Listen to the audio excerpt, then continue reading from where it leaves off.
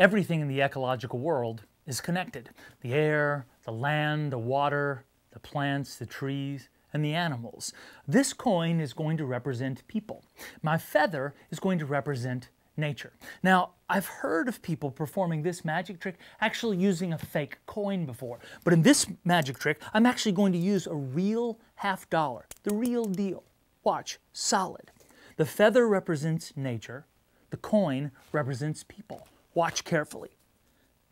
People and nature are connected. They cannot be separated. It is an illusion to believe that they are separate. That looks neat, doesn't it? Watch this. Everything in the natural world is connected. Remember, you have real green magic inside. Don't forget to use it.